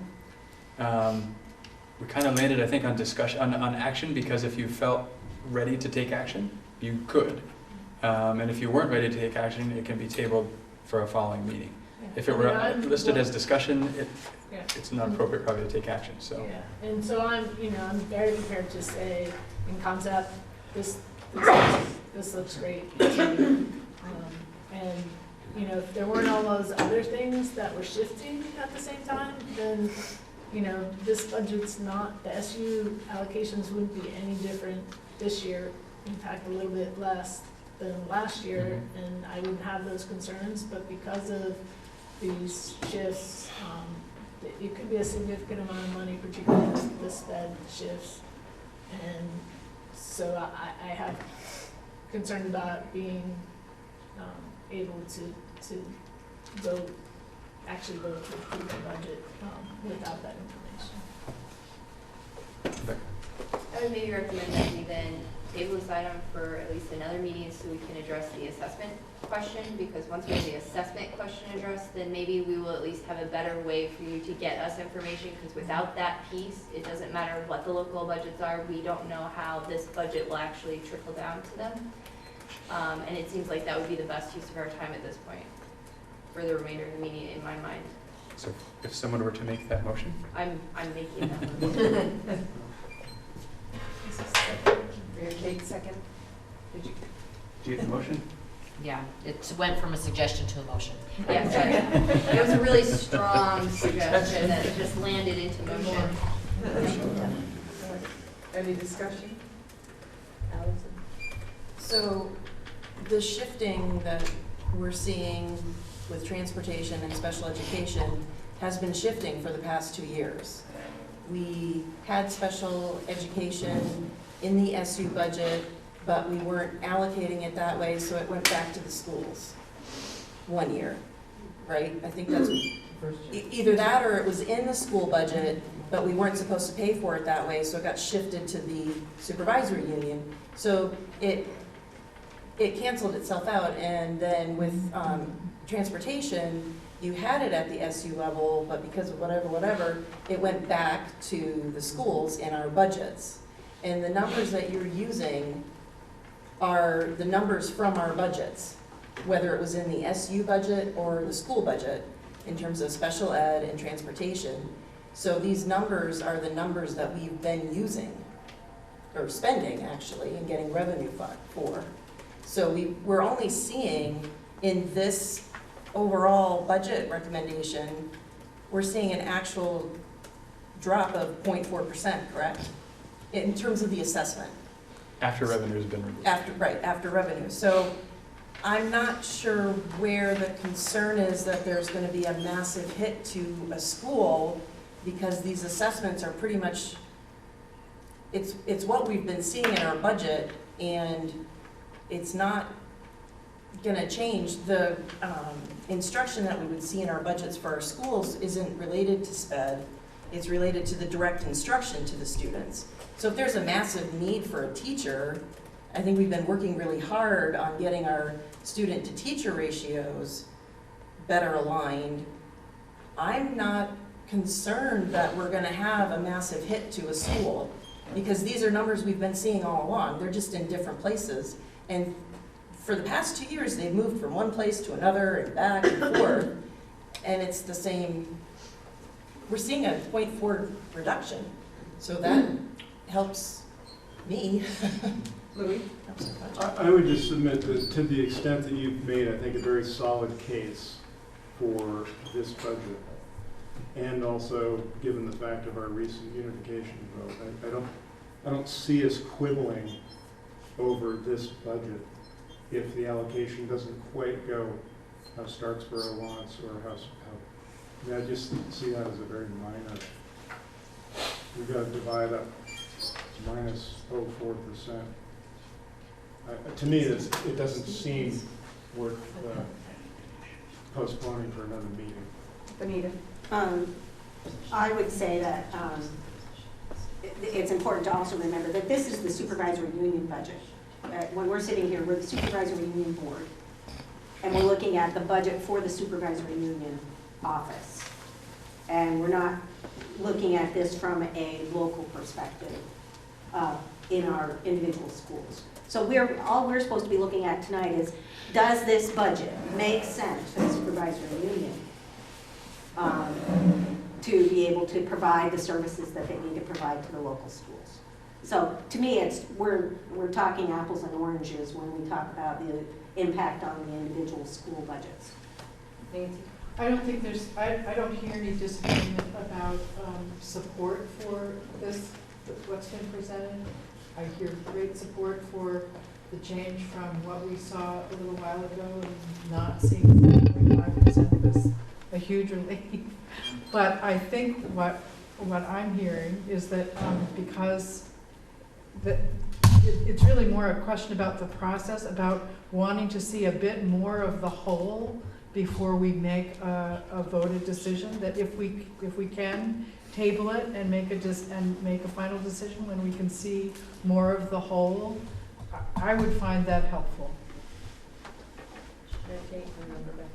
Just want to talk a little bit specifically about how some of the changes can affect the local budgets in significant ways. So before, SPED revenue went to your local school. So if your local school had a large population of people on SPED, you got all that revenue, and you still paid the same amount because that was based on ADM. So this year, there was legislation passed, so now all the SPED revenue goes directly to the SU. So if you relied on having that high SPED revenue because you had a lot of SPED students in creating your budget and making it balanced, you don't have that anymore. That all goes to the SU. So it reduces the total assessment for SPED, but you don't get whatever schools may have gotten a windfall aren't going to get that because the SPED revenue under statute this year is not going to the local school. Okay, and then with respect to transportation, different schools have different transportation budgets. Last year, that was allocated not by ADM, but as a pass-through. So whatever your transportation budget was last year, you paid what that budget was. Some districts have, some local schools have, larger bus cost than other schools. If we change that to ADM, like we have everything else, then that's going to change the amount that that school is paying for buses. So because of these things, it could have a significant impact, particularly I think the SPED more so than the busing, the transportation. And I think, yeah, we're here as part of the SU board, but Patrick is not the superintendent of just the district office. He's the superintendent of all the schools. And I think as an SU board member, I have an obligation not just to the central office, even when I'm sitting on this board, but to all the schools.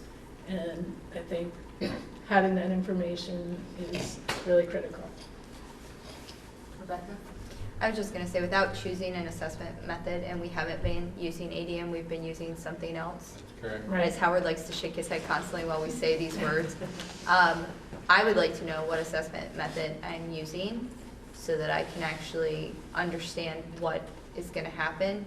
And I don't think, since we don't have a problem with the overall story of what services you're providing, that it's going to impact our ability to say yes right away, you know, in a couple more weeks when we get the storyline for our schools. I also think with some of the towns being so close in the Act 46 vote and them having a lot of concern about local control, or the lack thereof, or input, however you want to put it, us being open-minded to hearing that the schools on an individual level are all okay and feeling like they're going to be able to continue to provide quality to the students at that level may just be a good way to say, we don't have to do it this way, because we don't, but we're willing to, if it doesn't affect our ability to do our jobs, make sure that we are listening, because last year we had several that we had to redo budgets, and I would not like to see going and finding out that something shifted and that towns just aren't behind it because they don't feel like we listen to them. So I would rather just know that you have our full support, Patrick. You know, I like what you've said so far, but assessment method is important to me, and having the towns feel like they have a chance to speak before we've already approved something might just be a nice change of pace. So if we vote to table any action on this, can we still use this as the working budget for all of our, for calculating our local budgets, or do we need a motion that says we're preliminarily accepting this? Actually, the way that Nancy talked about how it had been done in the past was that it was typically years ago, back when Evelyn was here, there was a November meeting and we approved the supervisory union budget for planning purposes. And then the plan went forward to build the budget, and then we met shortly after town meeting and we adopted the budget. It had been passed by the voters and then we adopted it. So that's how it's changed the last 3-4 years. I think it's been different every time, but it was a different method. Benita. Right, because the reality of the situation is the supervisory union does not collect taxes. So we are unable to have a budget unless the budget's passed. So it's like, you know, we are approving our budget on the basis of the budget's passing. So it's kind of like we're going through a lot of shenanigans when really we can't say that this is a hard and firm budget until all of the budget's passed anyway, as we found out so disastrously 2 years ago. Jen. So what I'm feeling, what I think I hear at least some other people at this table saying, is that we would like the opportunity, once we look at this in the context of the local budget and with the assessment method, we would like the opportunity, if there's a problem, to be able to look at this again before it comes to March. I mean, if I find out that some of our schools have to cut classroom teachers because their assessment really changed, we might need to look at it again, because that might not really be in the big picture the best goal. So I'm just trying to figure out, how do we have a motion that allows us to do that? So the motion, can you read it There is a back motion, right right? now? Yes, and I can friendly amend my own motion if I need So- to. Yeah, Rebecca Odie moved to table this item until the assessment per school is available. Seconded by. I need to adjust my words, I didn't mean that. Oh, I actually meant to say that I would like to move that we, how do we say it? Adopt for planning purposes the current proposed SU budget. You can say approve the current. For planning purposes. For planning purpose, yes, I approve the current SU budget for planning purposes only. Does your motion expect that we will approve it again before it's put to the voters? I think that it requires that we would, before we warn it, have to readdress it. Because a planning purpose would no longer exist if we were putting it forward for a warning. So I think it's included. So, and that was part of the discussion Patrick and I were having. If we didn't take action tonight, then at the next carousel meeting, if we have enough information to address the issues, we put on a short time for this board to meet and do that as its only task. Short. And that would be at the, The Next week, 22nd? November, next week, as the carousel. If there's some, information. If not, then we have to schedule a quick meeting in December, between December and January. Motion, and I was the second. you were the second, are you still? And if that's the procedure, then I'm good with the amendments to the motion. Mary Kate still seconds me. All right. Yeah, that's a suggestion. I just wanted to say that what I'm hearing people say is that if individual schools feel uncomfortable with whatever they need to do in their schools in order to hit the budgets in their own schools, that they would be willing to require the supervisory union budget to be changed in some way, some magical way, so that their individual school would get the results that they're looking for. That just seems very opposite of what seems like what we should be trying to accomplish tonight. And I'm fine to call the question and go ahead and vote.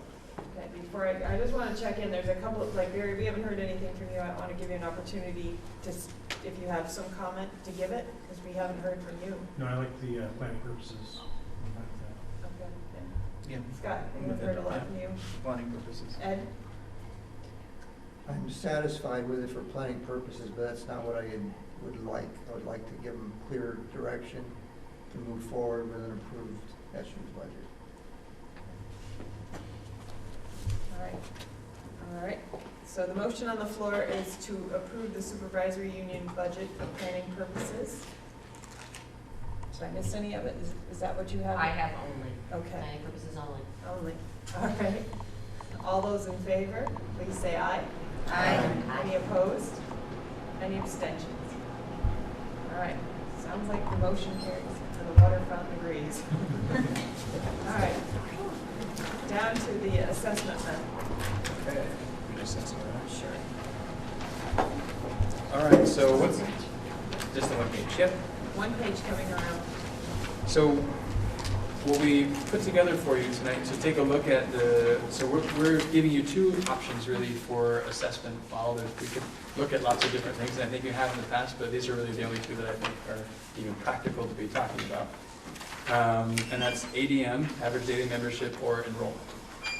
What we've taken is the proposed FY18 purchase services assessment. And I apologize, that $5,353,000 at the top, that's an old number. The actual figure is at $5,197,228, which you'll see sort of built into the table below. So that's the purchase services assessment to schools minus pre-K. Because pre-K doesn't get assessed to all 6 schools, we thought let's just take that out of the mix and look at the numbers that would be assessed across all 6 schools to give you the information you need to see the impact of the assessment choice. So the top section shows ADM. It shows our total ADM, average daily membership for the school. So that's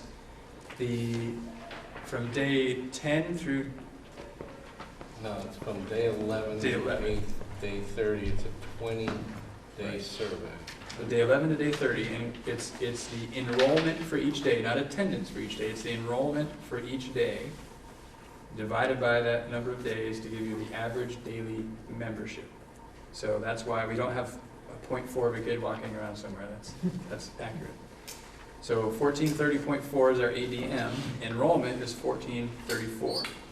And so then when you look at the ADM by school, and you calculate out the ADM, say for Bristol, relative to the total ADM, that shows that Bristol has 17.9% of the ADM for the supervisory union. And you can see those percentages down by school. Then you look at enrollment, so it's 256 students enrolled at Bristol, and that represents 17.85% of the total enrollment in the ANESU. So you can compare town by town, school by school, what the difference would be in terms of percentage looking at ADM enrollment, and then you can see the dollar difference that would make looking at that total assessment that would go across all 6 schools. Our recommendation is to use ADM.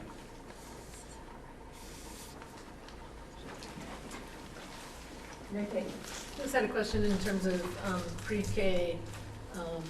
That's not included in the numbers, but the cost of pre-K is included? No, so pre-K is not included in these figures, and so that 5,197,000 is not included. Does not include pre-K.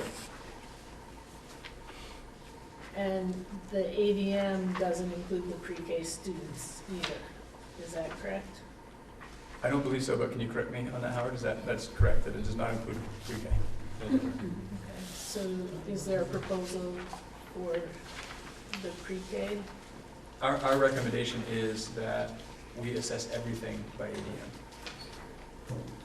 And that we not, the reason being, if we choose ADM for some things, it's going to benefit some schools and not so much be a benefit to others. If we choose enrollment for different things, we could be sort of a double whammy going that way.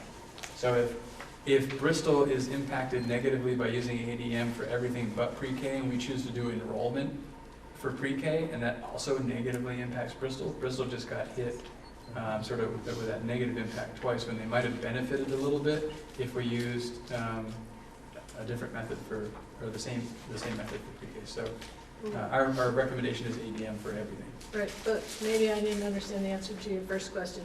So the 5,197,228, does that number include the cost of pre-K? No. So, Because pre-K isn't assessed across 6 schools, it's only assessed across the elementary schools. oh, I see. So the recommendation would be that it would be ADM for those 5 schools. Correct. Jen?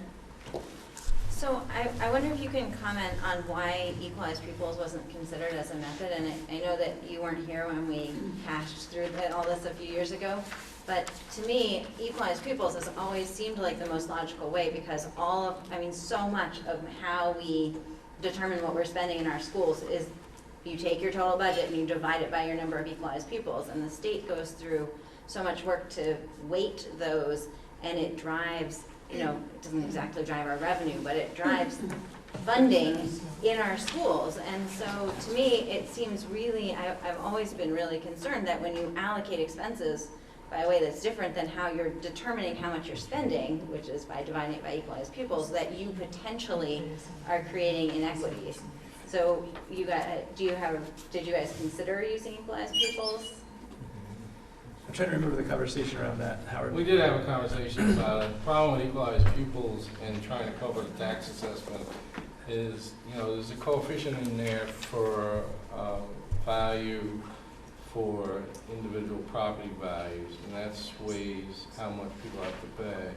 So and not only that, you won't get that number until like mid-December, and there's a problem with trying to estimate that number. These numbers are known, and we're more efficient with them as we develop the process versus having to wait for equalized pupils. So that was one of the reasons why we didn't put it on here. We don't know what equalized pupils yet are, so we wouldn't even know that until after we come up with some sort of budget for both the elementary schools and for early ed and for the SU budget. Rebecca? I just had a question. Is there a large difference between ADM or enrollment with significant changes in population for the smaller schools? So I'm thinking like New Haven, Lincoln, Starkboro maybe. If they have a significant drop, is there one of those that doesn't shift as much? I'm thinking about cushioning for random fluctuations in enrollment. Or do you not know? Or am I just making it up that would be affected either way? The only thing that can happen, Rebecca, is between day 11 and day 30, there can be some shifts, and we know in Beeman that we added 3 kids after the basically determination of both ADM and enrollment. So we have 3 more kids in Beaman than we had through these calculations. Okay. So can they shift? Absolutely. Is there one that shifts less in theory? I would think equalized pupils has the greater potential to shift because there are multiple factors that lead to that. So the number of students is a factor in what produces the equalized pupil figure, but also the, Between the two you have? oh, Just sorry. ADM or enrollment, that's all I'm asking. Is there one of those that is more likely to have a significant impact for a school if there's a small change, or, you know, a small change, what we would think 9 students for New Haven can be a large change for their school? Between the two, I think ADM is more steady because it's an average of those 20 days Okay. versus picking any one of those 20 days and the changes in enrollment. Plus, I think there's a false method for most things in the state. Can I say, unless I'm reading this wrong, I think pre-K is in It is, I just added it up. It shows on the chart, the student services chart. I mean, the Right, it's in the assessment to schools. 5197-228 is the Yeah. same number as on the assessment number. Right. Yeah. So, so I In terms of think, impact, which choice, I think we still, it still works. Yeah. So I apologize. but I think you're saying that in terms of pre-K, using the ADM for the elementary schools. So we don't to assess determine- non-aid for frequency. Right. So even though we don't assess money for it, don't we use the same method to figure out how much of the money budget gets assessed to each town? Doesn't the money budget get split up in Yes. some way? Yes. Yes. Yes, it Also by does. ADM or by No, that's what? different. I don't know how. That's different how Mount Aid No. gets. Well, it has to get split up. Percentage of That's kids. in that whole tax rate What's calculation. It's the, so for Mount Abe, it's the percentage of equalized pupils, I believe. ADM? Okay, so, okay. Well, but that's. Regardless, that wasn't my first Tax question. thing. Is there a way to get a,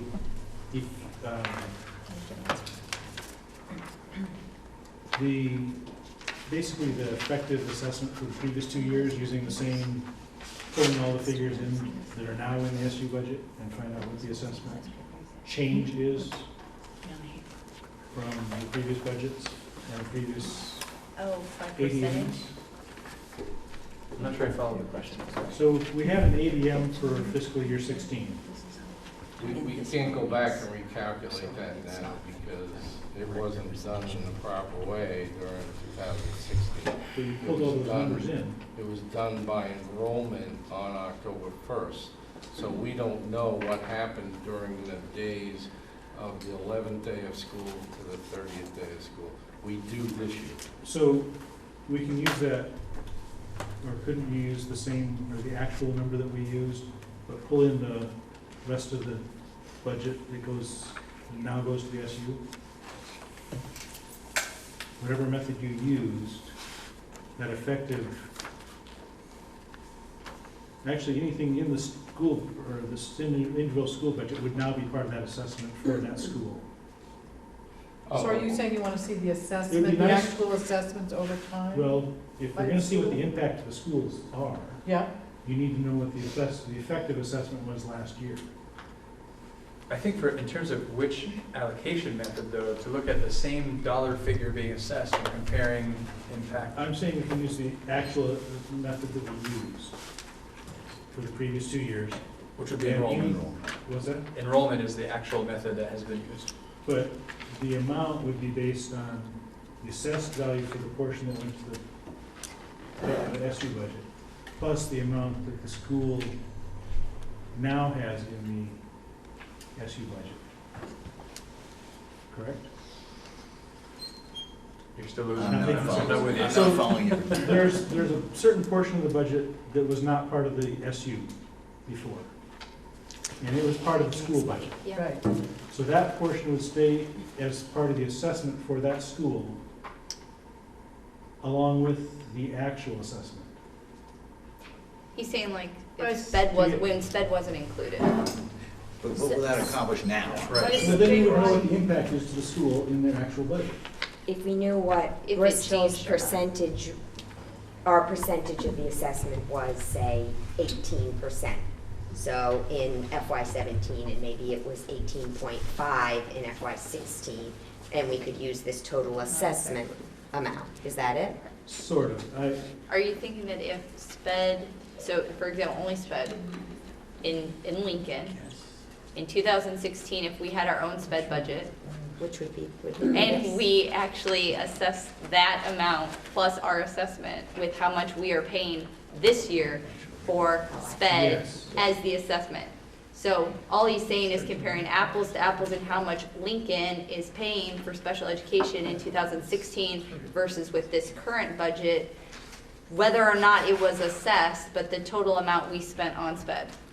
Total amount you were spent on Right. everything that the SU. But I'm just now- using yeah. sped as an analysis, I think so the to narrow it challenge down. with that approach would be we're adding a lot more variables into this equation of trying to identify what's the impact of ADM versus enrollment, because now we're looking at enrollment changes over time on top of. Okay, so that's all this was just to pick between the two, Yeah. not to pick Exactly. between what the impacts to the schools were. No, this is really just about, so this board needs to choose, do we want to assess by ADM or enrollment or something else? And so we have a figure here that is proposed for next year, and to be honest, that figure could be almost anything by way of example. Yeah. To compare the two options and to see, really, we're talking about, in many cases, hundredths of a percent difference. On the extreme end, it's a couple of tenths of a percent difference. So it's not, it isn't significant in those terms. I'd like to make a motion that we use ADM. Second? Who wants credit? Ed, there seems to be a lot of enthusiasm in the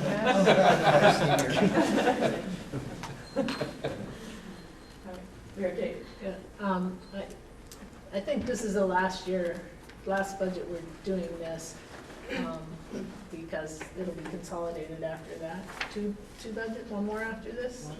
Just one more. One more? After next year, this, okay. Yep. You know, so in that sense, it's in some ways, you know, not as big a deal as if we're gonna do this forever in terms of going in, it's exactly perfect. I don't see much difference in percentages between the ADM and the enrollment.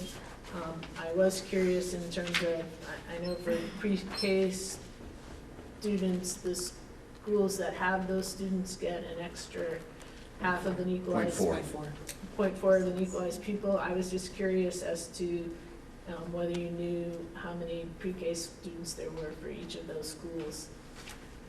And then also, I assume that this is gonna have to be recalculated because the pre-K is included in this number, and Mount Abe is contributing to the pre-K as it's. So yeah, the number will have to change.